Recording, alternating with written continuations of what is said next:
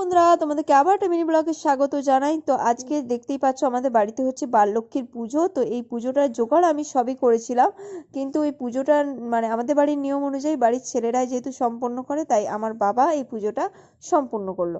তারপর পুজো হয়ে যাওয়ার পর আর এখানে ফল প্রসাদ যা ছিল আমি টুকটাক একটু খেয়ে নিলাম।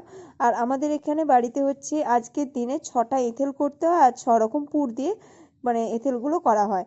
তো এখানে দেখো আমি তোমাদের পুরগুলো দেখিয়ে দিচ্ছিলাম। এখানে ছিল বাঁধাকপির পুর আর ফুলকপি আলু দিয়ে পুর, আর ছিল সাদা নারকেল, ছানি, মুঠি পিঠে, এইরকম নানা রকম কয়টা পিঠে ছিল। তারপরে দেখো আমি পিঠে খাওয়ার পর দেখি না মিকায়ও বেশ পিঠে খাচ্ছে। আমার মা ওকে প্রায় 12খানা পিঠে খাইয়ে দিল। তারপর আমাদের এখানে বড়াম পুজো হয়। তো এই দেখো বড়াম ঠাকুরের কাছে চলে এসেছি।